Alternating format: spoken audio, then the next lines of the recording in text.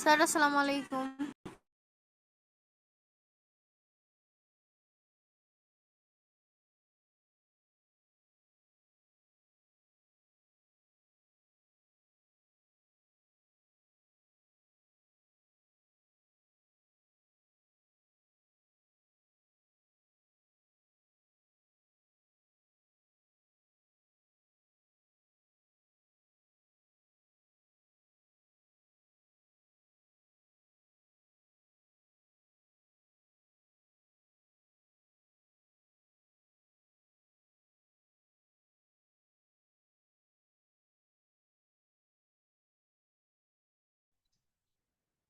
আসসালামু আলাইকুম।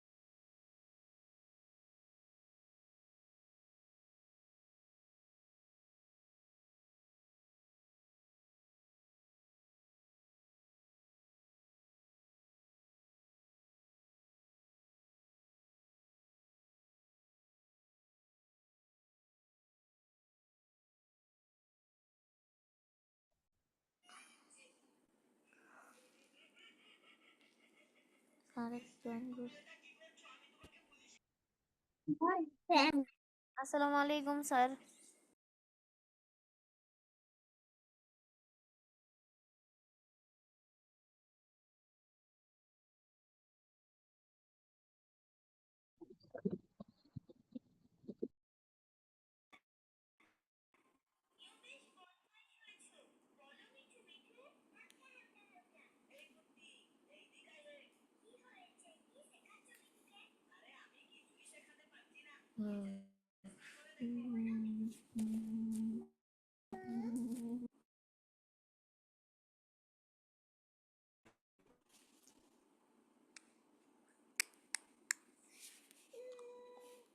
Okay students, আসসালামু আলাইকুম। সবাই কি অবস্থা, কেমন আছো? আসসালামু আলাইকুম। আসসালামু আলাইকুম স্যার। আলাইকুম স্যার। কি অবস্থা বাচ্চারা, কেমন আছো? আলহামদুলিল্লাহ ভালো আছে। আলহামদুলিল্লাহ। অ্যাকচুয়ালি তোমাদের অনেকগুলো ক্লাস মিস, মানে কিছু ক্লাস মিস হয়ে গেছিল due to my personal reasons, একদিন নেটওয়ার্ক ইস্যুস। সো এখন চাচ্ছি যে সেগুলো একটু কোপ আপ করি যতদূর পারা যাক। কারণ আমাদের মেইন ফোকাসটাই ক্লাস 6 তোমরা, because you guys are going to give exam within the next 6 months. So তোমাদের কাছ থেকে আমাদের অনেক আশা। আচ্ছা, ওভারঅলি তোমাদের অবস্থা কি একটু বলো তো, তোমরা ক্লাস কেমন বুঝতেছো বা ক্লাসে কেমন এনজয় করতেছো? হ্যালো, জি স্যার। জি স্যার। আমার ভয়েস তো শুনে যাওয়ার কথা, আমার মনে হয় না যে আজকে কোনো প্রবলেম থাকার কথা। স্যার কোনো আমার প্রবলেম নাই। ক্লাস শেষ। স্যার একটু আসতে স্যার কোনো প্রবলেম নেই।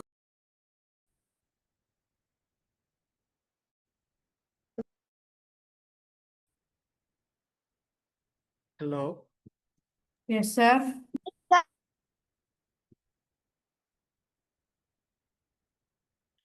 আমার কথা তোমরা কি শুনতে জি পারো? স্যার। স্যার ইয়েস স্যার, শোনা। আচ্ছা সেটাই। আচ্ছা, বলতেছি যে তোমরা আমাদের মেইন টার্গেট, যে তোমাদের আর কিছুদিন পরে হলো এক্সাম। সো তোমাদের উপর আমরা সবচেয়ে বেশি স্যার ফোকাস আসসালামু করতে চাই। আলাইকুম। সো আমি জিজ্ঞেস করতেছি, কথার মাঝখানে কথা বলো কেন? So, আমি যে জিনিসটা জিজ্ঞেস করতেছি তোমাদের ওভারঅল কেমন প্রিপারেশন, কেমন কি মনে হচ্ছে সবকিছু মিলে?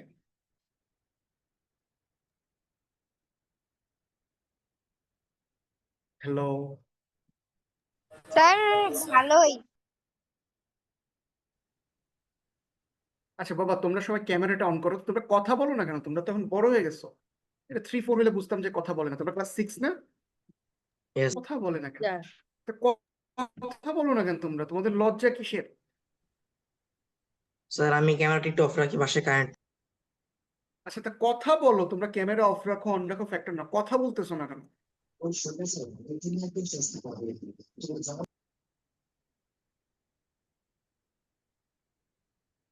আচ্ছা, তোমরা কি মানে কেমন কি মনে হচ্ছে তোমাদের? মানে প্রিপারেশনে কোনো ত্রুটি বা anything to include, anything to exclude করলে ভালো হয়? বলো আব্দুল্লাহ কি?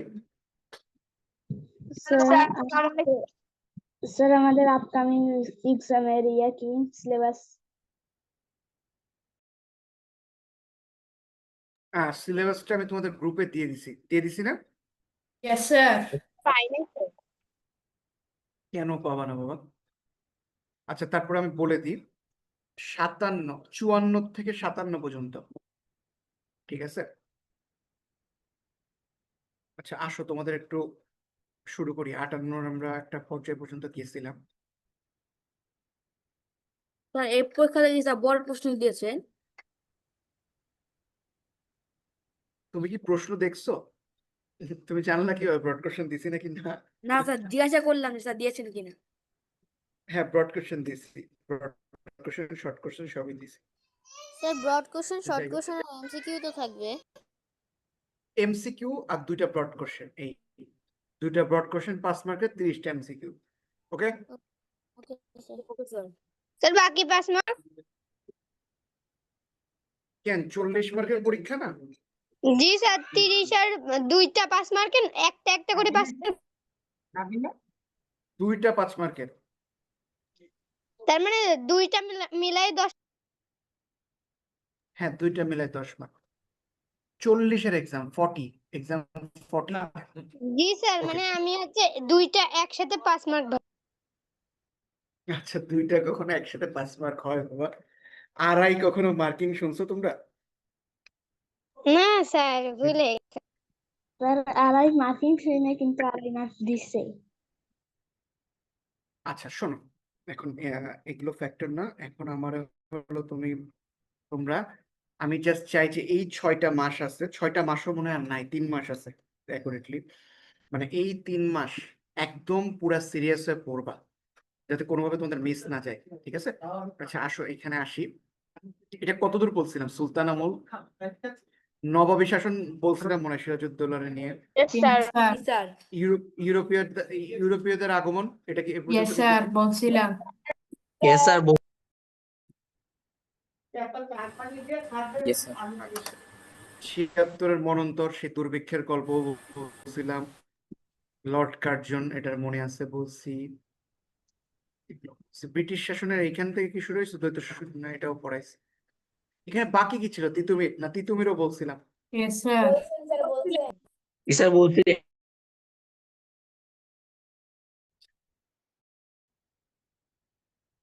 তিতুমিরের প্রকৃত নাম গেল, তিতুমির কোথায় পাশে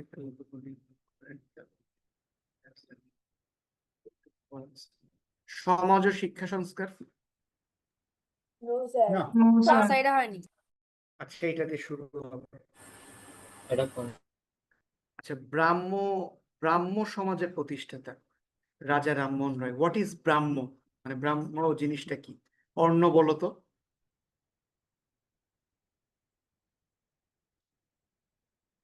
অর্ণ বিশ্বাস, বলো জি স্যার। ব্রাহ্ম কি আসলে? স্যার ব্রাহ্মণ শুনছি, কিন্তু ব্রাহ্মটা প্রথম শুনলাম। ব্রাহ্মণ সম্পর্কে। আচ্ছা, ব্রাহ্মণটা কি বলো শুনি একটু। স্যার ব্রাহ্মণ হলো যারা আপনার সংসার ধর্ম ছেড়ে যারা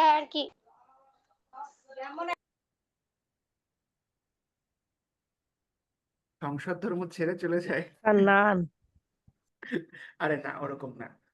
আচ্ছা, এখানে ব্রাহ্মণ জিনিসটা হলো কিছু জাতিগত কিছু নিয়ম আছে। সনাতন ধর্মে জাতিগত কিছু নিয়ম আছে।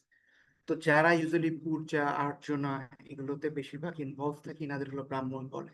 মানে ধরা হয় এটা হলো সবচেয়ে উঁচু জাতি আর কি তাদের মধ্যে। আচ্ছা, তো ব্রাহ্মতার তাহলে কি, এটা আমরা তাহলে জানি নাকি জানি না?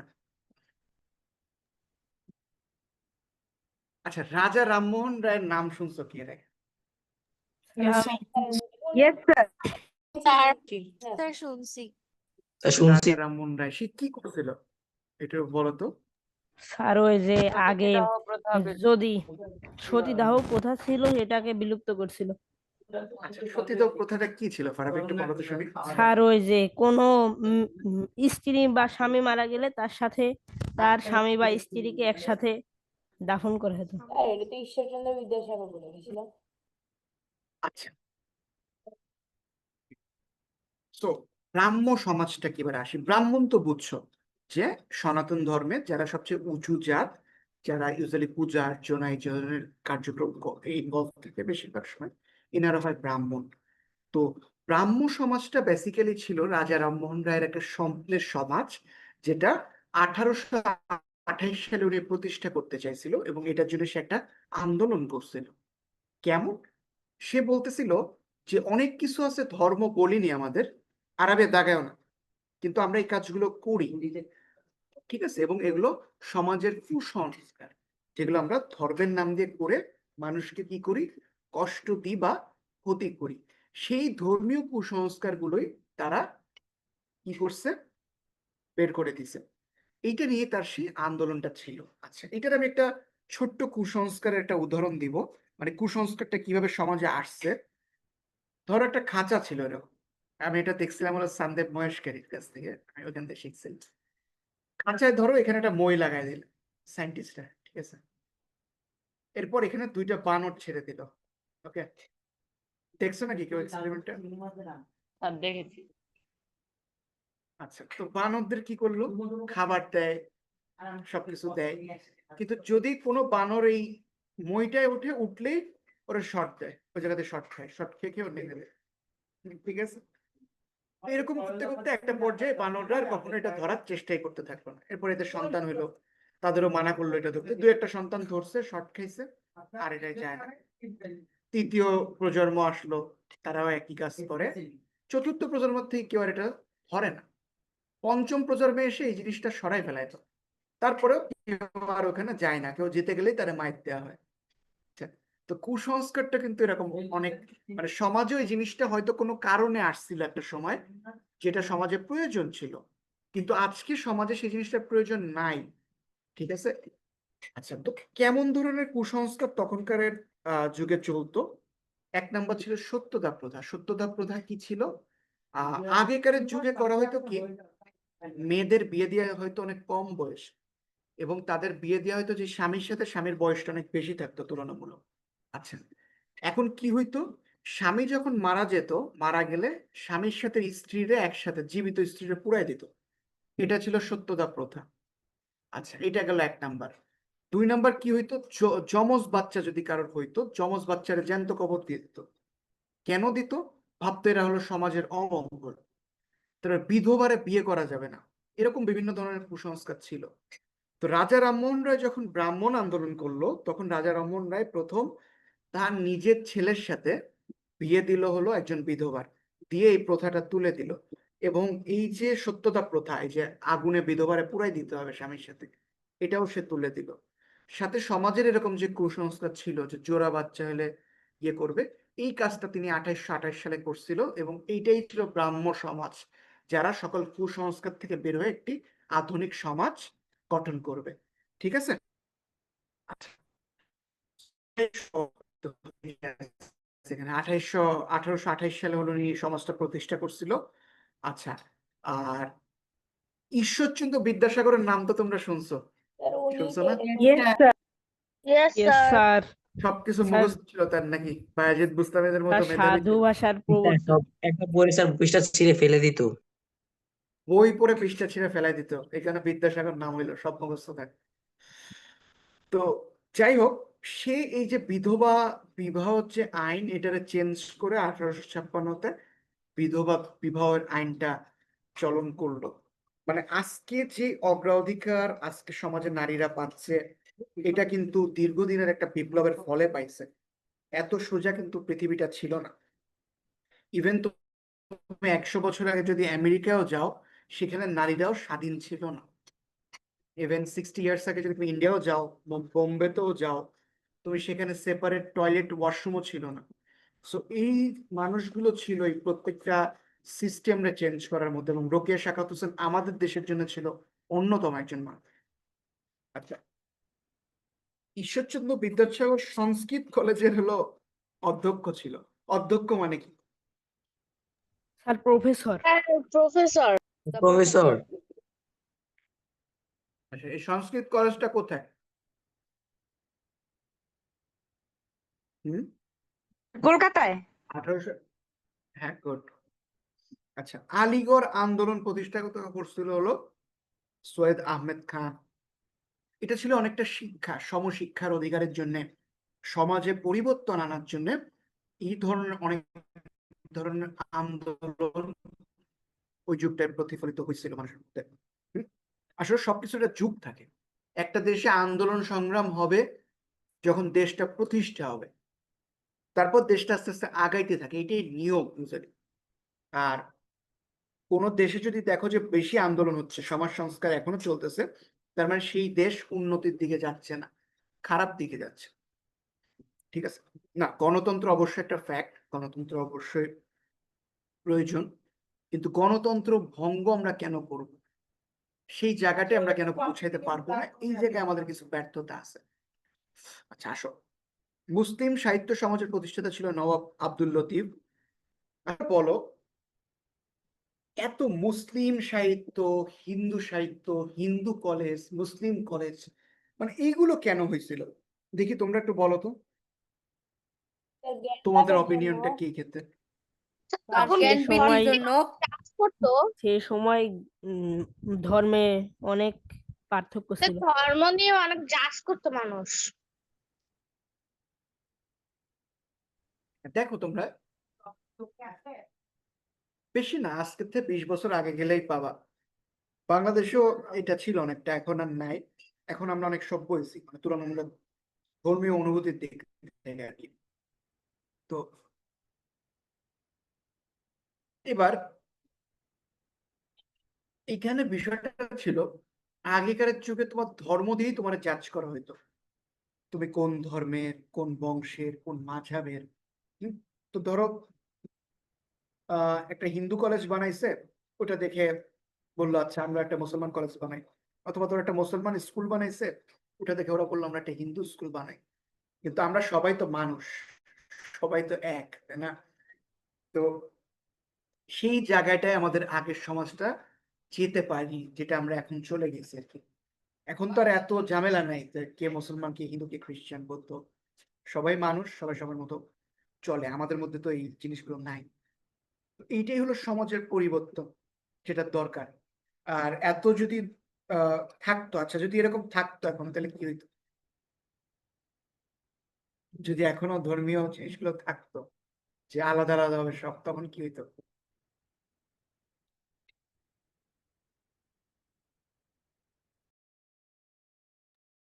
কি হইতো বলো? জানি না। দেশ এত দেশে উন্নত দাঙ্গা লেগেই আর থাকতো। সমাজে তো উন্নত হতো না। দেশের দাঙ্গা লেগে আর গৃহযুদ্ধ হতো।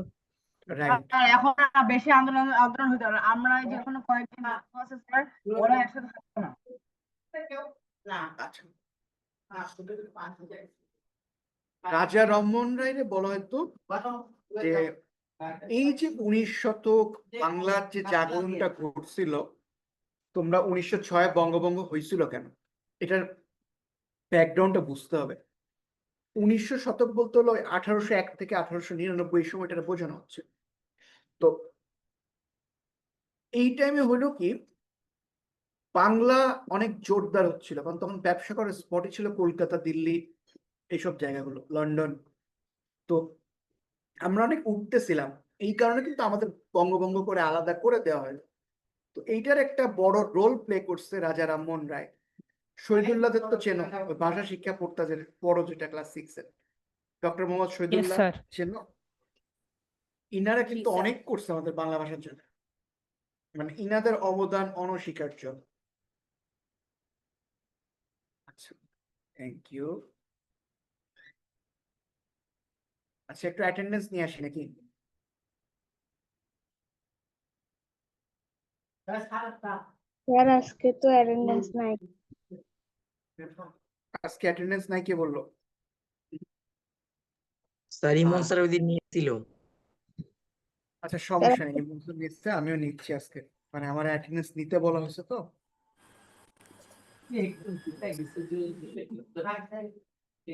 ঈশান পাঠক,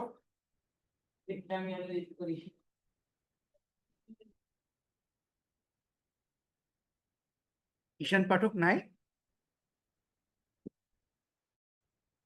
আচ্ছা, রিয়াদ আল মাহমুদ, মাইনুল ইসলাম ইয়াসিন, আব্দুল্লাহ আকিব। Present sir. আব্দুল্লাহ আকিব তো আসো। Yes sir. Istiak Al Toyeb, present sir. Arabi Mutasim Bhuiyan. Arabi আসে না কেন, এতদিন হয়েছে? আদিল আসলো, তাসনিম স্যার। তাবাসসুম, বলো। আরবিয়ার কণ্ঠ শুনলাম মনে হয়। স্যার আমি আরবি মুহতাসিম ভাইয়া। না না, তোমার না, আরবি মুতাসিম ভুইয়ান, ও আসে আসে, হ্যাঁ, মানে ওর কণ্ঠটা আমার এখনো মনে আছে, বুঝছো? স্যার আমার নেটওয়ার্ক একটু প্রবলেম ছিল, ওয়াইফাই ছিল না, এই কারণে সমস্যা হচ্ছিল। আচ্ছা, সমস্যা নেই। আদিল, তাসনিম তাবাসসুম,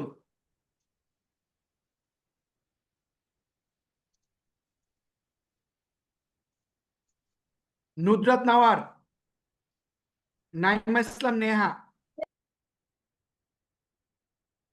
মুনিম মহিউদ্দিন,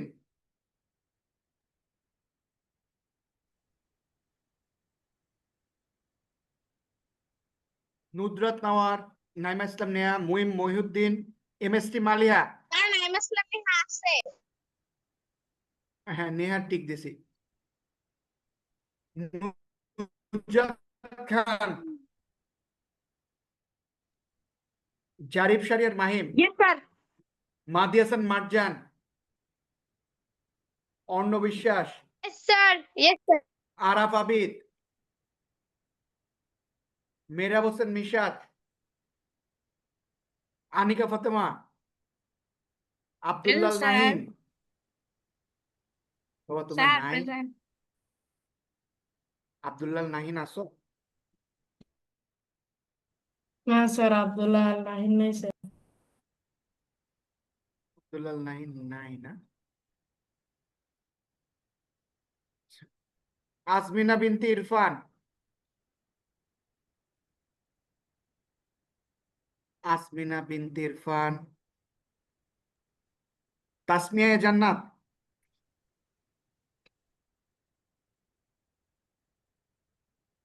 এই তোমরা নাই? কেউ কেউ নাই?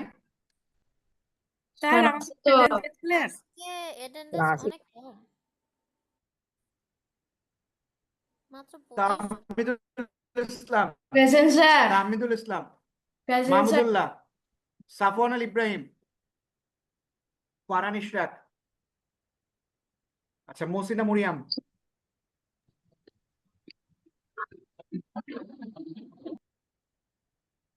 মহসিনা মরিয়াম,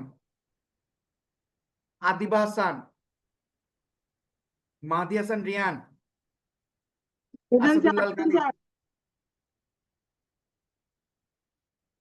আচ্ছা, আসাদুল্লাহ আল কালিম, সুমাইয়া, মোস্তফা তাজওয়ার। Yes sir. আচ্ছা, ইয়োশা হাসনাত ওয়াফি, রিফান জাহান রিদা, আয়ান মাহতাব, প্রেজেন্ট। আনাফ ফারহান মোহাম্মদ আলভি, আলভি আসো, Imamin Mubin Rashid, Mukibul Hasan Fahim, present sir. Marja Yusuf Fatiya, present sir. Ahnaf Tajwar Khan Roshan, Abdullah Farabi আছে, Ruhit Rahman, yes sir. Mehjabin Al Arabiya, yes sir. Asmain Ansari Adil, Sara Mejabin Saba, Sara Mejabin সাবা,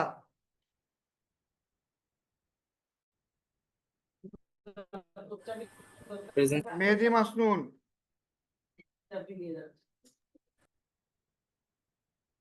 আচ্ছা মেহেদি মাসনুন এতদিন কই ছিল বাবা? মেহেদি মাসনুন কই? আচ্ছা কেবল কে অ্যাটেন্ডেন্স দিলাম, মেহেদি মাসনুন না? স্যার আদিল প্রেজেন্ট দিছিল। আচ্ছা সারা মেজাবিন সাবা, মেহেদি মাসনুন, আকান্তা চৌধুরী, শেসুর রহমান। Yes sir. আচ্ছা ঠিক আছে, থ্যাংক ইউ। আজকে খুবই অ্যাবসেন্ট এতজন, মানে এটা বেশ দুঃখজনক। যাই হোক, এখন তো আর কিছু করার নেই না আসলে।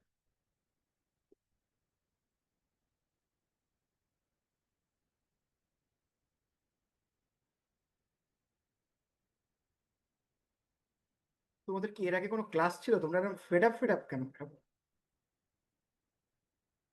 তোমাদের ক্লাসে কোনো ইন্টারেস্ট দেখতেছি না কারো। আর নাই তো। ক্লাস ছিল না। স্যার ইন্টারেস্ট আছে তো। স্যার ইন্টারেস্ট আছে। আরে বঙ্গভঙ্গ চলে আসছে না বলতে বলতে। এবার স্বাধিকারের আন্দোলন, স্বাধিকার বলতে তোমরা কি বোঝো বলো তো? স্যার প্লাস অধিকার। স্বাধীনতা। স্বাধিকার কি শুধু স্বাধীনতা স্বাধিকারের মধ্যে অধিকার কি পড়ে? নিজের অধিকার। আর নিজের অধিকার, ব্যক্তিগত সকল অধিকার। এটার মধ্যে কি কি পড়ে?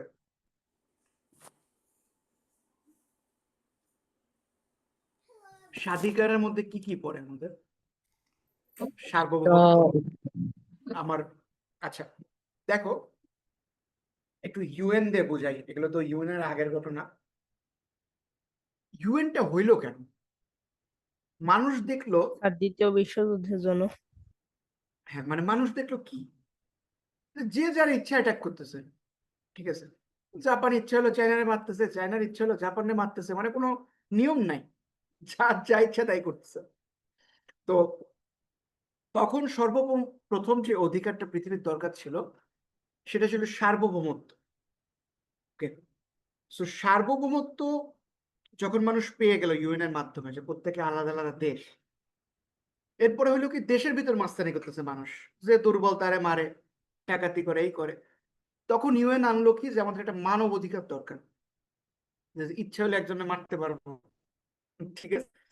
এই আসলো মানব অধিকার, ঠিক আছে?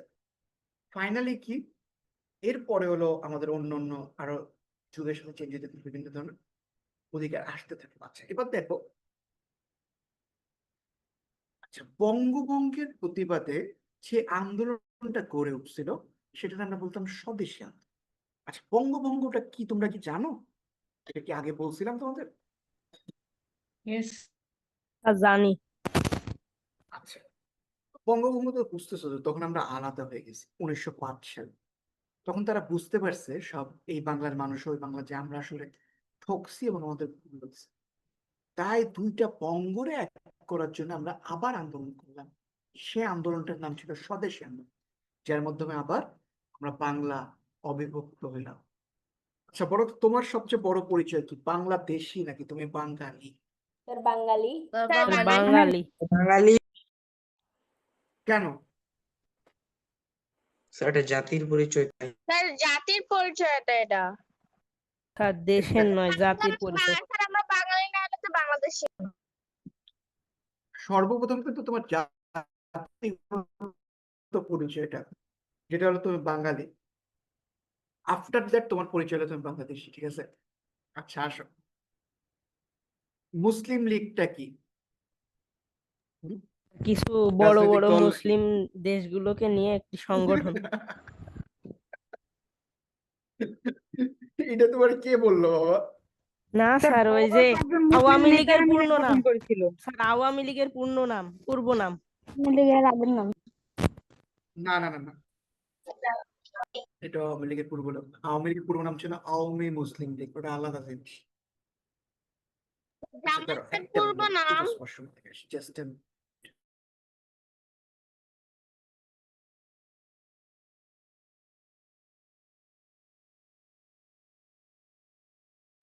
স্যার মাওলানা আব্দুল হামিদ খান ভাসানী প্রতিষ্ঠা করছিল। সেটাই তো আওয়ামী মুসলিম লীগ।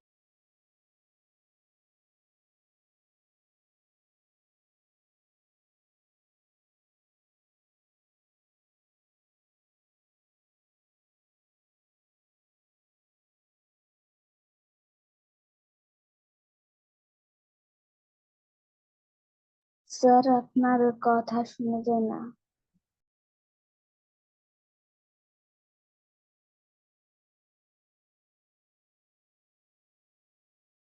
তার তো কথাই বলে নাই।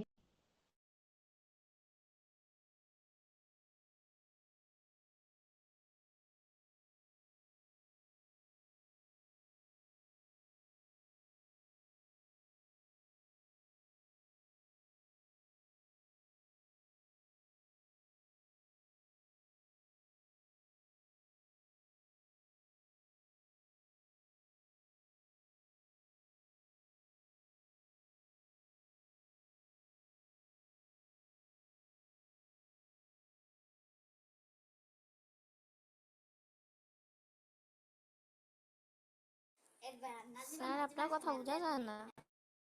স্যার কথা বলে নাই, ও স্যার ওয়েট করতে বলছে।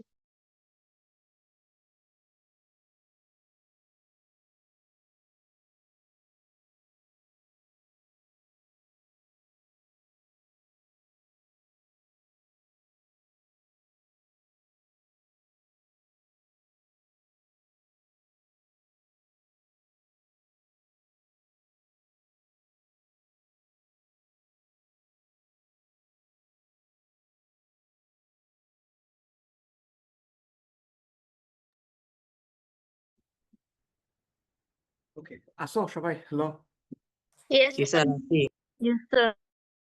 স্যার। ব্রেক, একটু ব্রেক দিলাম হলো জাস্ট ওয়াশরুম। আসো, বিষয়টা মুসলিম লীগটা আসলে আওয়ামী লীগের আগের নাম ছিল আওয়ামী মুসলিম লীগ। এটা হলো অরিজিনালি 1948-এ প্রতিষ্ঠিত। বাট এই মানুষগুলো মানে মুসলিম লীগের যারা ছিল, পরবর্তীতে তারা আওয়ামী মুসলিম লীগ ফরমেশনে ছিল। পরবর্তীতে এই জাতিগত বিষয়ের কারণে ওইটা সরাই দিয়ে মুসলিম সরাই দিয়ে আওয়ামী লীগ নাম করলো আর কি। যাই হোক, ওইটা বিষয় না, মুসলিম লীগের বিষয়টা আসি। মুসলিম লীগটা ওই সময় প্রতিষ্ঠা করা হলো মুসলমানদের নিয়ে রাজনীতি করার উদ্দেশ্যে, যে কংগ্রেস স্যার এটা বড় হোক। ভারতের রাজনৈতিক দল। হ্যাঁ, তখন তো আমরা অখণ্ড ভারতই ছিলাম, বড় একটা দেশ ছিল। সো মুসলমানদের নিয়ে একটা ইয়ে করে এরা হলো এই মুসলিম লীগটা গঠন করলো। এটা এরা হলো ব্রিটিশ আন্দোলন পর্যন্ত ছিল 47-এ। পরবর্তীতে ব্রিটিশের পর যখন বিভাগ হয়, তখন নতুন নামে এটা হয় আওয়ামী মুসলিম লীগ। হ্যাঁ বলো ফারাবি। আর মাওলানা আব্দুল হামিদ খান ভাসানী কি মুসলিম লীগ প্রতিষ্ঠা করছিল নাকি আওয়ামী মুসলিম লীগ? আচ্ছা, এইটা হলো একক কারোর প্রতিষ্ঠা না, এটা 4-5 জন মিলে প্রতিষ্ঠা করছিল। হোসেন সোহরাওয়ার্দী, মৌলানা আব্দুল হামিদ খান ভাসানী, বঙ্গবন্ধু শেখ মুজিবুর রহমান, এরকম 4-5 জন এইটা একসাথে প্রতিষ্ঠা করছিল। এগুলো যেটা বড় বড় নেতা ছিল। আচ্ছা, রবীন্দ্রনাথ মহসিনের মনে প্রত্যাখ্যান করছিল কেন? এটা তো ইম্পসিবল, বুঝিনি। আর করছিল। স্যার মহসিনের মরিয়মকে মিউট করতে বলেন। বলতে বলেন।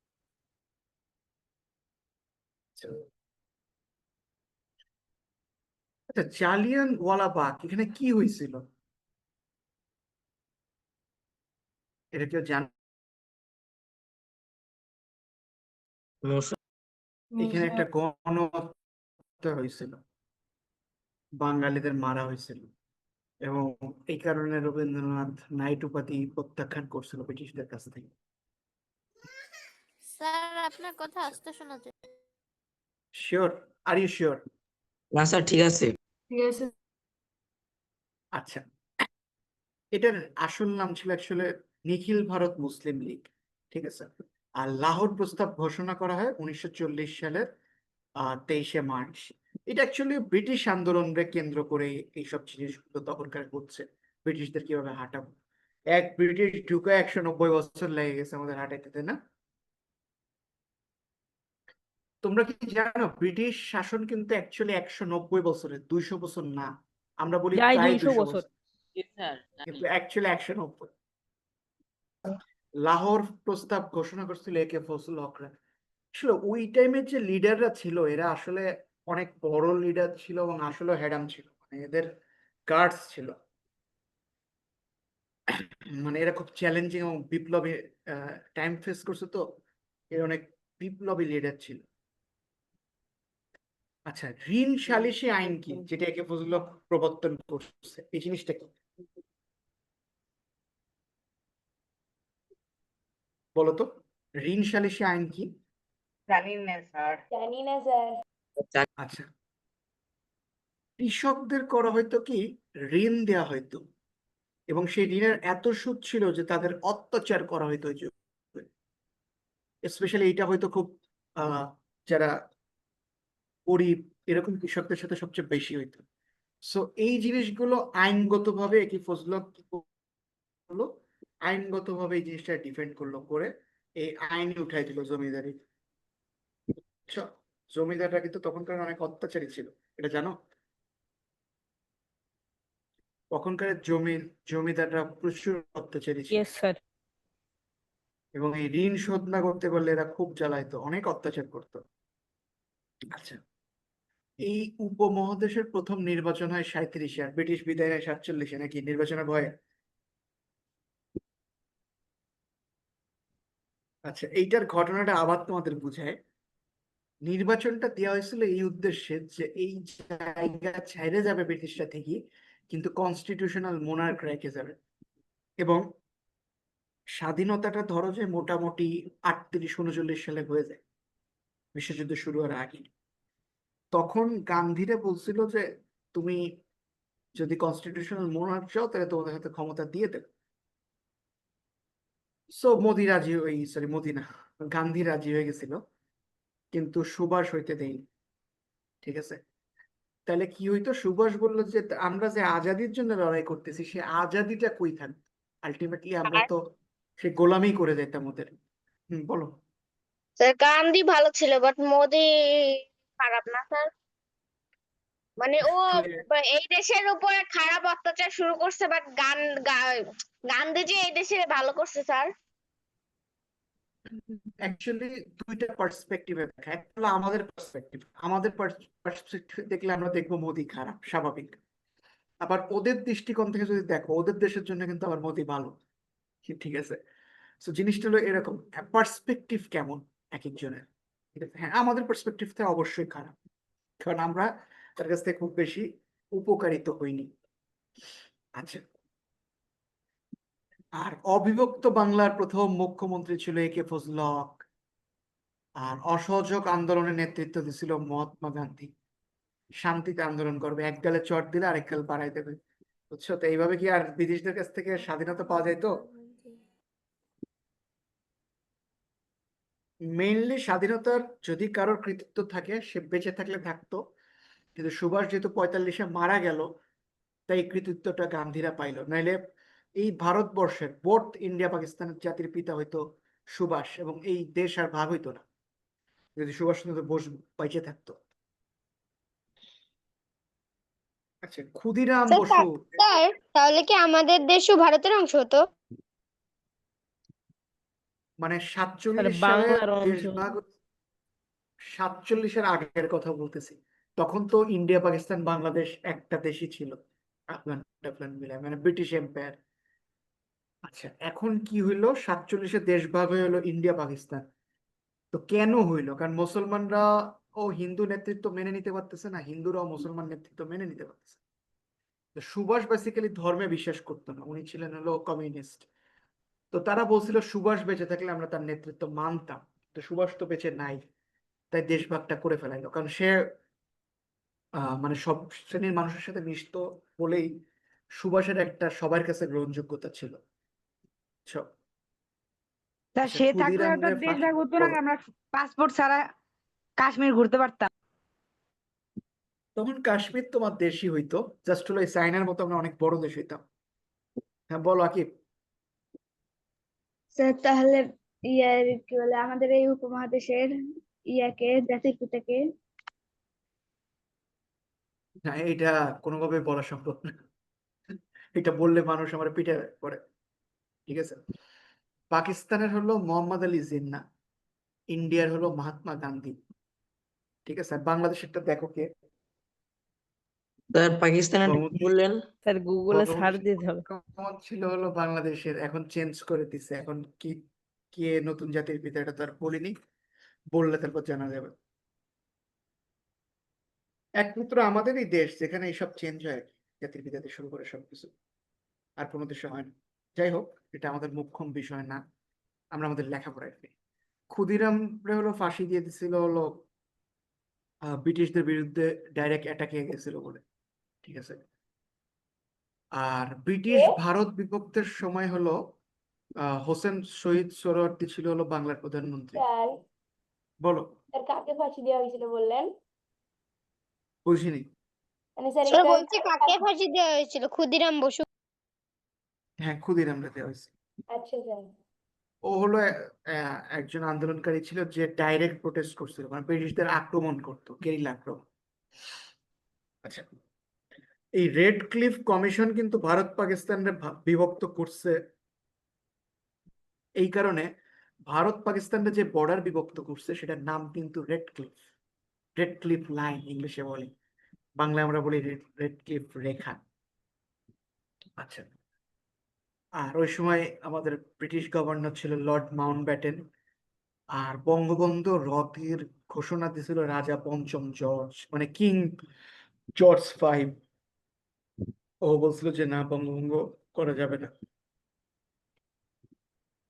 কৃষক প্রজাপাতির মেইনলি নেতা ছিল এ কে ফজলুল হক, আর এনারা আসলে অনেক বড় মাপের নেতা ছিল।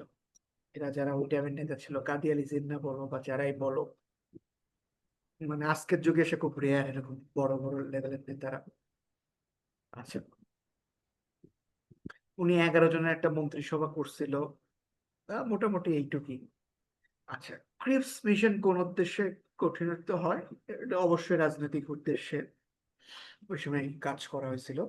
আর তখনকার মুখ্যমন্ত্রী ছিল হোসেন শহীদ সোহরাওয়ার্দী। এই হোসেন শহীদ সোহরাওয়ার্দীর থেকে কিন্তু বঙ্গবন্ধুর রাজনীতি শুরু। বুঝছো? ইনি ছিল হলো অবিভক্ত বাংলার মুখ্যমন্ত্রী ছিল। ইনারা এদিকে থেকে গেলে ঝামেলাটা হইতো না, ইনারা যেহেতু ওই বাংলায় থেকে গেল বলে মানে প্রবলেম গুলো হইলো। আচ্ছা, গ্রিক সভ্যতা। এই তোমরা একটু ক্যামেরা অন করো, তোমাদের কেউ ক্লাসে আসো নাকি নাই বুঝতেছি না। ক্যামেরা তো অন করা স্যার। করাইতেছে।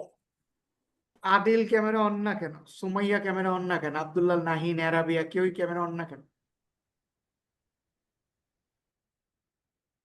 স্যার আমার নেট প্রবলেম। আমার পাশে কারেন্ট। স্যার আমার নেট প্রবলেম। না, আমি আসলে জানি না তোমরা কি করো, আমি আসলে খুব কনফিউজড হয়ে যাচ্ছি ডে বাই ডে। এই মাহাদি হাসান রিয়ান, মাহাদি হাসান রিয়ান। জি স্যার বলেন। আচ্ছা, বঙ্গভঙ্গটা হয়েছিল কেন?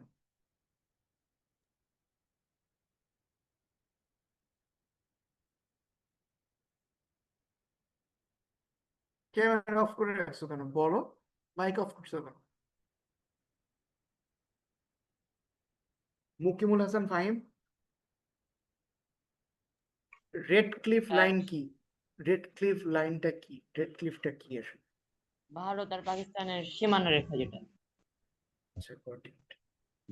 Sumaiya, camera off Sumaiya 92113। সুমাইয়া ক্লাসেই তো নাই।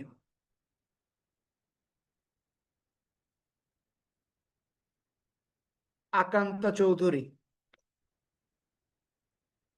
আকান্তা চৌধুরী স্বদেশী আন্দোলন কেন হয়েছিল?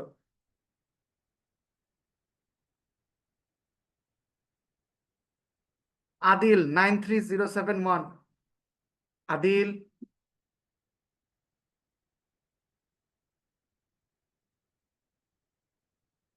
আদিল,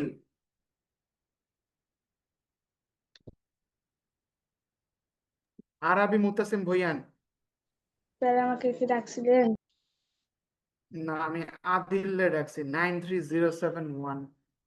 আদিল, ও তো ক্লাসে নাই, আমি ক্লাস থেকে বের করে দেবো তোমারে। আব্দুল্লাহ নাহিন। Present sir. আমি প্রেজেন্ট নিতে ডাকিনি, আমি তোমার পড়া ধরতে ডাকছি। আ-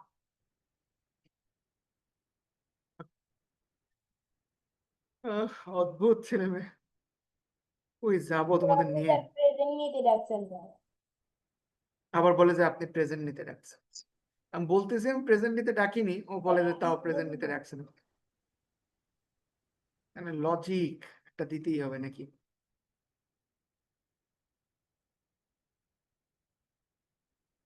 আচ্ছা, আব্দুল্লাহ নাইন কই চলে গেছে ও? রুহিত রহমান, ইয়েস স্যার। বলো বঙ্গভঙ্গ কত সালে হয়েছিল?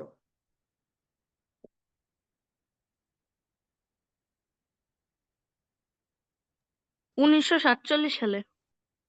1947 সালে সরি বঙ্গভঙ্গ সরি সরি হয়েছিল? সরি ভুল হয়েছে স্যার স্যার সরি 1905 সালে স্যার। আচ্ছা, তো 1947টা তুমি কিভাবে বললাম একটু বুঝাও তো। তখন তো ইন্ডিয়া পাকিস্তান ব্রিটিশরা চলে রেড গেছে। পুলিশ লাইনের সাথে বাজায় ফেলছে। আচ্ছা, সুমাইয়া 92113।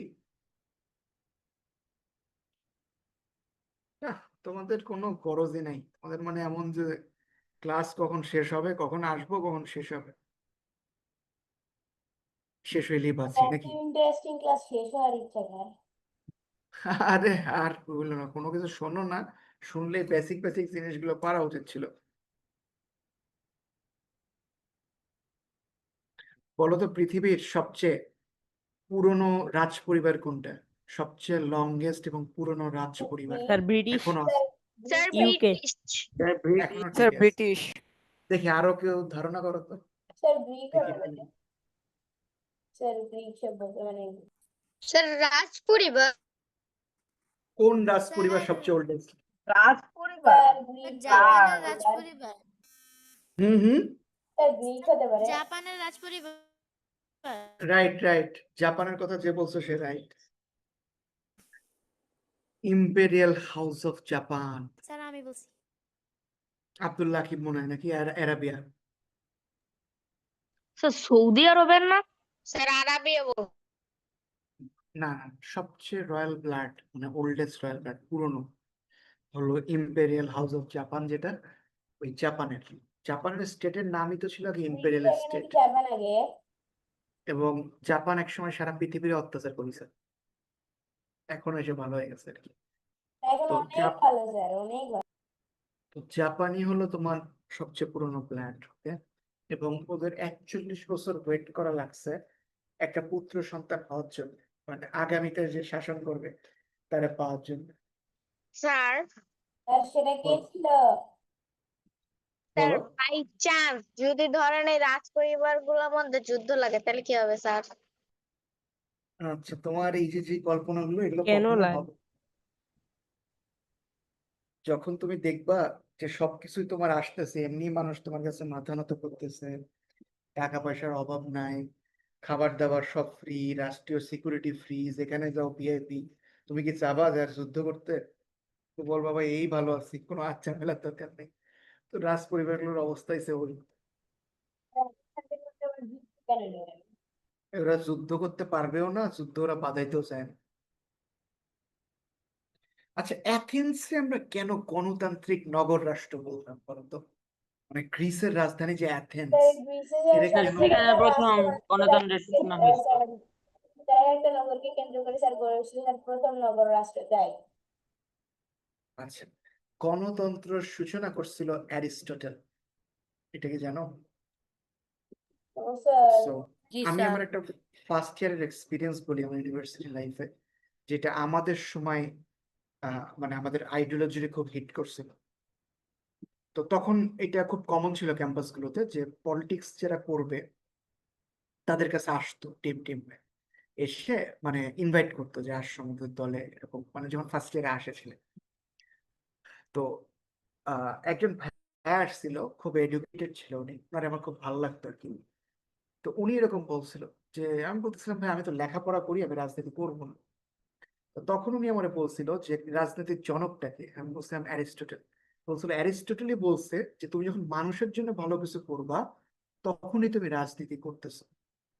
তার মানে তুমি যদি ভালো রেজাল্ট হয়, তুমি যদি ভালো পড়াও, মানে আলটিমেটলি স্টুডেন্ট তৈরি করো, তাহলে তুমি ফিউচার লিডার তৈরি করতেছো, তার মানে তুমি বিগেস্ট পলিটিক্স করতেছো। তো এই গ্রিসই কিন্তু পৃথিবীর গণতন্ত্রের জনক, রাজনীতির জনক, সবকিছুই কিন্তু এরা শিখাইছে বিশ্বের, সাহিত্য বলো আধুনিক বা সবকিছু। তো গ্রিস পরবর্তীতে অনেক কারণে পিছাই গেছে। তো এইভাবে হলো ম্যানিপুলেট করা হয়, বুঝছো? যখন তোমরা বড় হবা, যদি বিশ্ববিদ্যালয়ে যাও, এইভাবে বিশ্ববিদ্যালয়ে রাজনীতিতে ম্যানিপুলেট করা হয়। তো এই কথা শোনার পর তো তোমাদের যে কোনো কারোর ভালো লাগবে, বলবা যে হ্যাঁ ভাইয়া কালকে দিয়ে আসতেছি নাকি। ইয়েস আচ্ছা আচ্ছা, গেল। সো অ্যাথেন্স এই কারণে নগর রাষ্ট্র, এখানেই গণতন্ত্রের সূচনা হয়েছিল এবং কিভাবে রাষ্ট্র পরিচালনা করা হয় মানুষ গ্রিস থেকে শিখছে। প্রথম যে আমাদের যে নগর রাষ্ট্র, এটা উদ্ভব ঘটে হলো আমাদের গ্রিক সভ্যতার মাধ্যমে। ব্যঞ্জন বর্ণের সাথে মানে স্বরবর্ণ যেটা, এটাও কিন্তু যুক্ত করে গ্রিকরা। আর ইতিহাসের জনক বলা হয় হলো হেরোডোটাসকে। এইটা তো পড়াইছি কোথায়, এই হেরোডোটাসের নাম, তাই তো মনে হচ্ছে। স্যার গ্রিক পড়াইছেন। আচ্ছা, পৃথিবীর মানচিত্র প্রথম অঙ্কন করছে গ্রিক বিজ্ঞানীরা। আচ্ছা, মানচিত্র, কার্টোগ্রাফি, এই নামটা কেউ শুনছো? আমি এটার বাংলা জানি না। কার্টোগ্রাফি, না স্যার। না স্যার। যারা ম্যাপ ম্যাপ আঁকায় তাদেরকে অ্যাকচুয়ালি বলা হয় cartographer. They do the cartography. Cartography. হ্যাঁ, সো আমাদের একটা কোর্স ছিল, ক্যার্টোগ্রাফি নাকি? হ্যাঁ কার্টোগ্রাফি। তো এই সিস্টেমটা ইন্ট্রোডিউস করছিল গ্রিকরা। এটার মাধ্যমে ওরা কিভাবে ম্যাপ আঁকাইতে হবে এটা শিখাইছিল। আমাদের একটা কোর্স ছিল জিওগ্রাফিক ইনফরমেশন সিস্টেম, যেটাতে আমরা ম্যাপ আঁকাই ডিজিটালি। তো ওইটাই আমরা এই স্টাডিটা করছিলাম যে আগের যুগে কিভাবে ম্যাপ আঁকাইতো, এবং এটা খুব কমপ্লেক্স ছিল। আচ্ছা, সক্রেটিসের শিষ্য ছিল প্লেটো, প্লেটোর শিষ্য ছিল অ্যারিস্টটল। আর এটা ঠিক আছে? পড়াইছেন। আচ্ছা, এটা পড়াইছি। মিশরীয় সভ্যতা পড়াইছি, নীল নদের তীরে। স্যার আপনারা কত কত অধ্যায় সিলেবাস মানে কত কত ওই কি জানো লেকচার পিডিএফ বলছেন? তোমাদের বলছি 57, 54 থেকে 57, 54, 55, 56, 57। স্যার আগের বার তো মেবি 55 দিছিলেন। আচ্ছা, এবারও থাক, সমস্যা নেই। স্যার রিভাইজ হোক।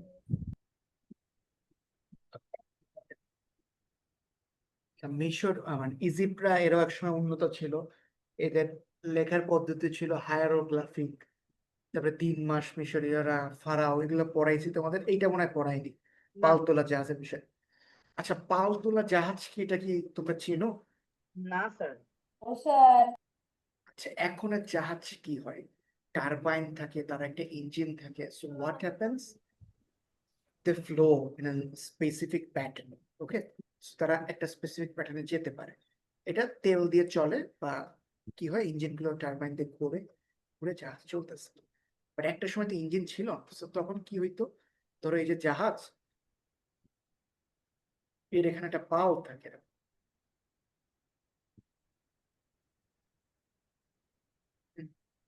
So স্যার সিনেমায় দেখছি। এই পালটা কি হইতো, বাতাসের সাথে সাথে পালটা ওইভাবে ঘুরায় রাখতো ওরা, এবং নৌকায় বাতাসের সাহায্যে চলতো, নৌকা বা জাহাজ। So এটা অনেক লম্বা সময় নিত তাদের পৌঁছাইতে। হ্যাঁ বলেন, মকিবুল হাসান বলেন। স্যার, যেদিকে যাবে বাতাসের প্রবাহ যদি তার বিপরীত দিকে থাকতো তাহলে কিভাবে যেত? তখন পাল নামাই দিত, ওদিক। নামাই দিয়ে অপেক্ষা করতো। অনেক কঠিন ছিল, এরকম সহজ ছিল না যে 1-2 দিনে তুমি সুন্দর করে চলে যাচ্ছ যে কোনো জায়গায়। এত সহজ পৃথিবী ছিল না। বাহ!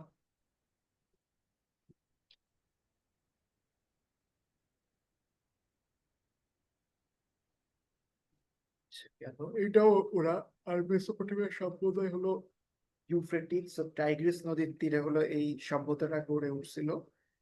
আহ এটা হলো বর্তমানে আমাদের ইরাক এবং সিরিয়া মিলায় এই জায়গাটা। কারবালার নাম শুনছো? ইয়েস স্যার হুসাইন কারবালা আলাইহিস ময়দান। সালাম। আচ্ছা, তোমাদের এখানে কেউ কি শিয়া আছো? শিয়া মাযহাবের অনুসারী কেউ আছো? আচ্ছা, না থাকলেও সমস্যা নেই। এখানে হলো এই কারবালাটা অনেকটা মানে শিয়াদের জন্য অনেক পবিত্র স্থান। আর হুসাইন আলাইহিস সালামের হুম, ওইখানে উনি ইন্তেকাল করছেন আর কি। যাই হোক, এখানে কনস্পিরেসি করে তারে আর কি মারা হয়েছিল বেসিক্যালি। তো এই কারবালাটা হলো ইরাকে কিন্তু। তো এই কারণে ইরান ওরা এই কারবালা যাইতে পারে না। একটা মিনিট বলো।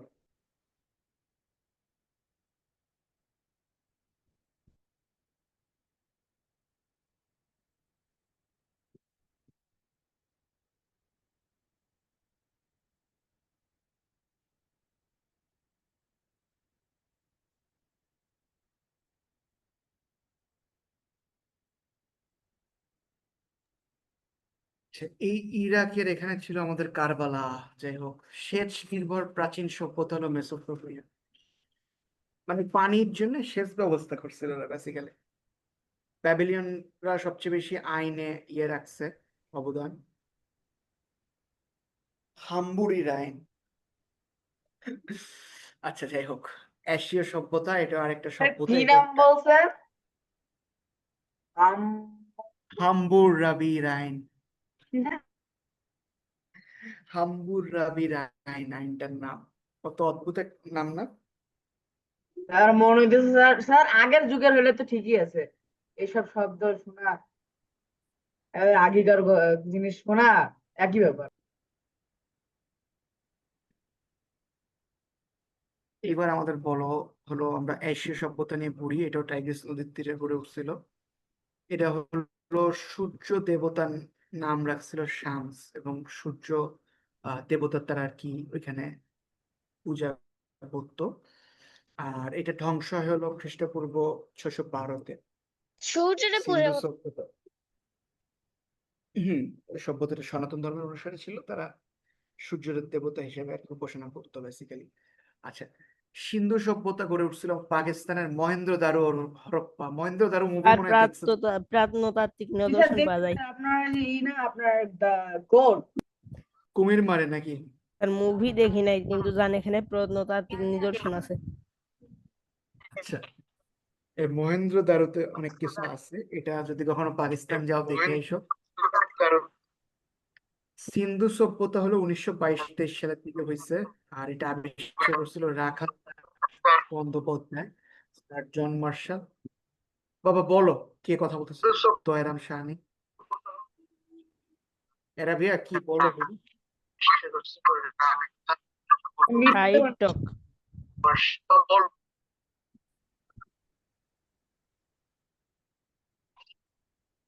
আচ্ছা, সিন্ধু সভ্যতা হলো আমাদের তাম্র যুগের।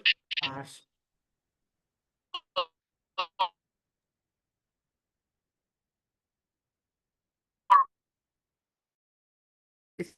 সাউন্ডটা হচ্ছে কোথা দিয়ে? স্যার আরবিয়া।